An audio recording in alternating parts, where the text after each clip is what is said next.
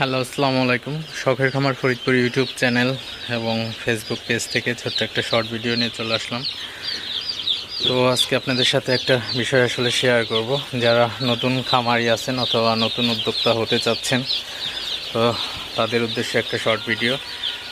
তো বাচ্চা হচ্ছে বুডিংয়ে ছেড়ে আপনারা কি পানির সাথে কি দিবেন এবং খাবারটা কিভাবে দিবেন, তো সে বিষয়ে আলোচনা করব।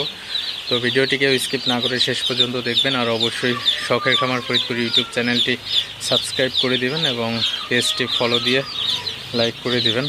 তো ভিডিওটি শুরু করা যাক।